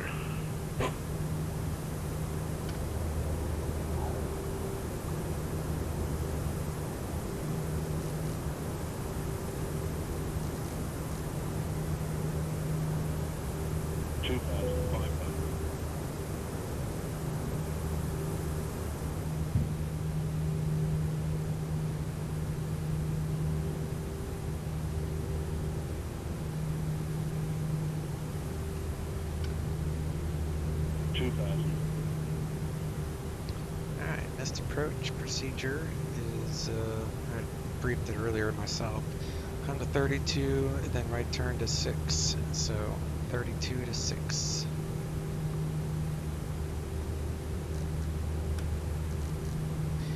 So we got that reset. And VF 155. Looking good. Cabin check. 1000.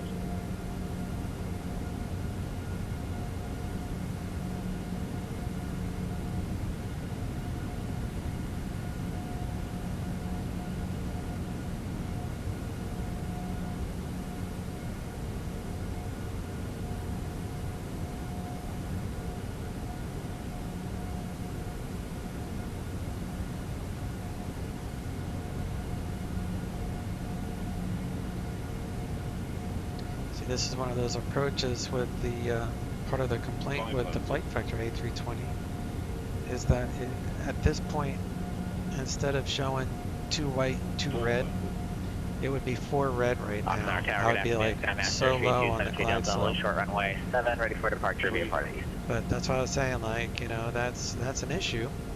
For 3237 Delta Oxnard It's a Tower. pretty big issue to me, but this plane, all the Toliss planes handle it fine. Clear for takeoff. Can we expect an early handoff over to Camarillo for the master ship? Minimum. Affirmative. Roger, yeah, 3270. 40, 30, 20, retard, 10, 5.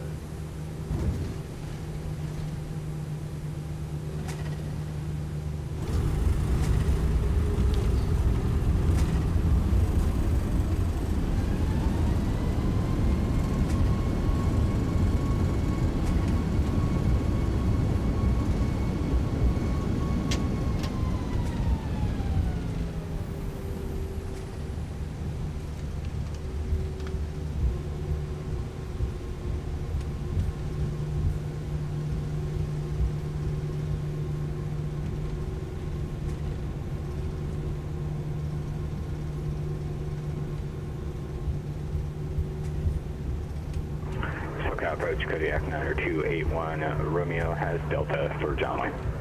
1 Romeo, contact SoCal 128.1. 281 90281 Romeo, with you. Number 367 across Elzeus at 4000, cleared RNAV runway 30 approach. Cross Elzeus at 4000 and clear for the RNAV runway 30 approach, Cardinal 367. 48 Echo Kilo, contact El Monte Tower. Over to tower for 8 Echo Kilo. I'll let him get his landing clearance before I ask for crossing clearance. FedEx 3650 Heavy, cross runway 26 right at Alpha 6, ground point 1. Cross 26 right at Alpha 6, ground point 1, FedEx 3650 Heavy.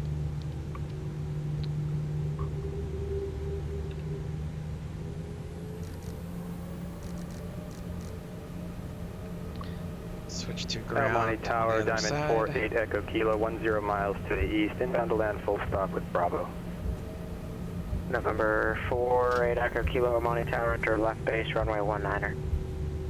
Left base for 19er, 8 Echo Kilo. SoCal approach, good afternoon, Kodiak 90281 Romeo, 6,300 ascending for John Wayne, we have Delta. Runway 281 Romeo, John Wayne Tower, make sure correction, SoCal approach, make straight in, runway 20 right. Make straight in, runway 20 right, 90281 Romeo, thank you. Switch to ground on the other side. Las Vegas ground, FedEx 3650 Heavy, looking for air cargo. FedEx 3650 Heavy, Vegas ground, Bravo Romeo to parking, good. Bravo Romeo to parking, FedEx 3650 Heavy seat.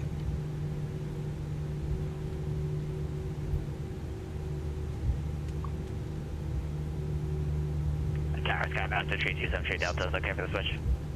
37 Delta, contact camera Bravo tower. all the way. Tower 73 Delta. Rio Tower, good afternoon. Skymaster 3273 Delta, it's just off runway 7 at Oxnard, about a mile out, 1,900, transitioning eastbound. 7, correction, 3273 Delta, camera tower rush.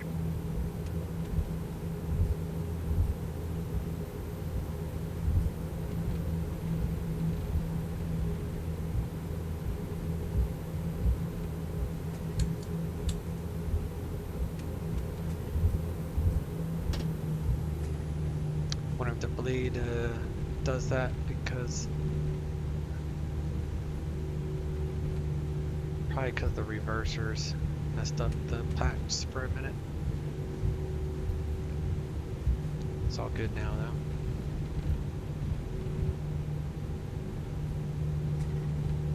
though. Higher elevations.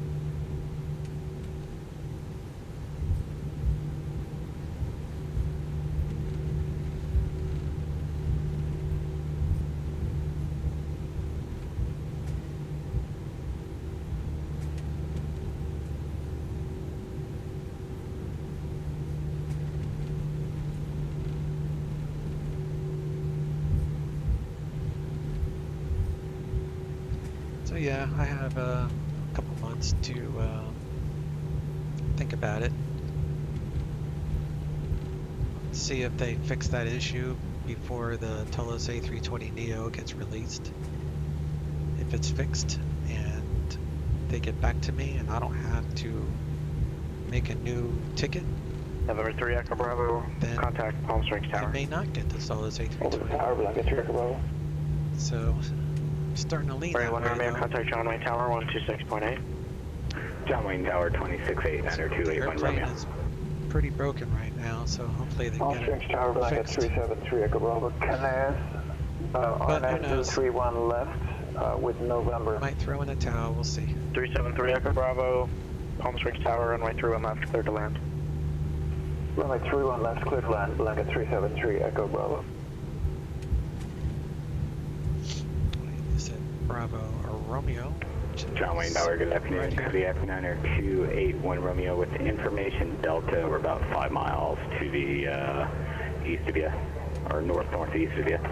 Looking for a full stop, parking Clay Lacey. November 90281 Romeo, John Wayne Tower, runway 20 left, correction, runway 20 right, clear to land. Runway 20 right, clear to land, 90281 Romeo. Number 48 Echo Kilo, runway 19er, clear to land. 19er, clear to land, 8 Echo Kilo.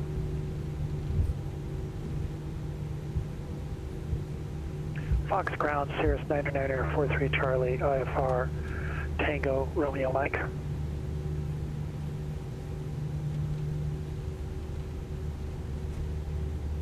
November 9 43 Charlie, Fox Ground, clear to Thermal Airport as filed. Climb and maintain 6,000. Departure frequency, expect 1000 in 10 minutes. Departure frequency 126.1, squawk 6032. Clear to the Thermal Airport as filed, cleared 6,000, expect 11,000, 10 minutes after departure. Departure frequency 126.1, squawk 6032. 43 Charlie.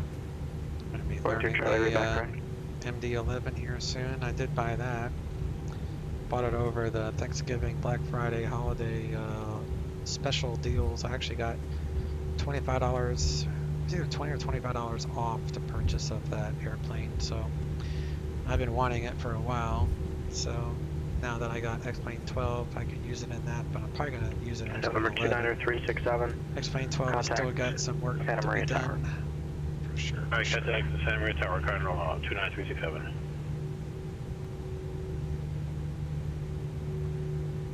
Santa Maria Tower, Cardinal 29367 on RNAV runway 30 at 4,000. November 290-367, Santa Maria Tower, runway 30, clear to land. Cardinal 367.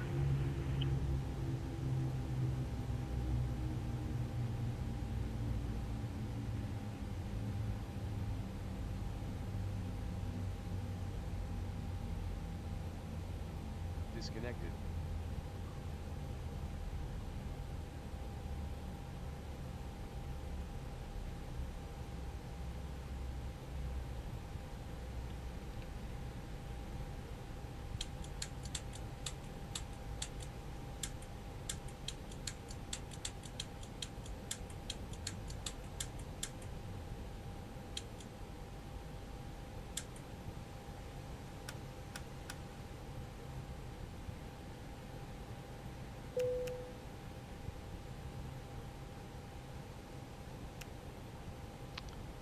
Okay. All that is set. That's reset. Let's check out our A cars.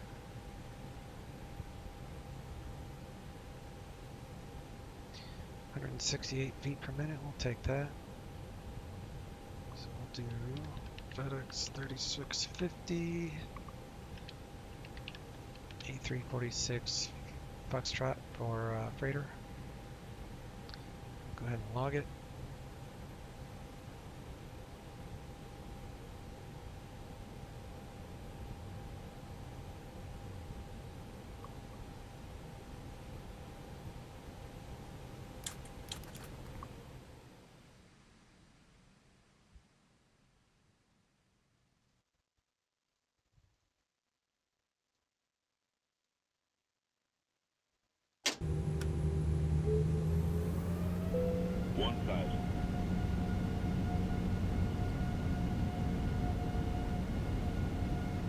Do two views here. Do a passenger view too. And maybe I'll do an engine view.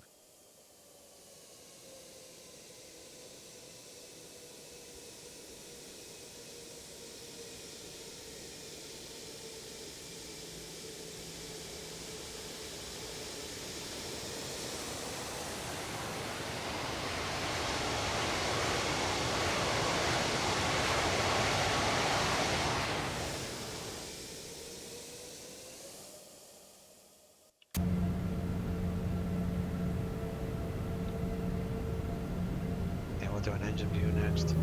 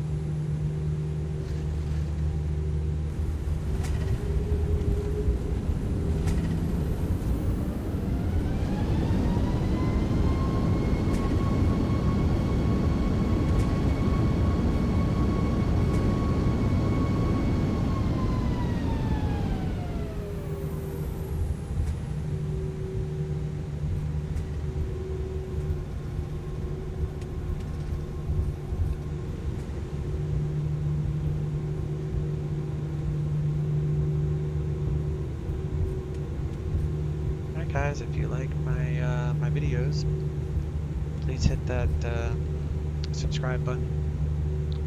Lets me know that you are enjoying my content that I upload. Otherwise, what's the point of making these videos, right? If I can't get subscribers, what's the point? I'm literally talking to myself making these videos, so. All right, y'all take care. See you soon.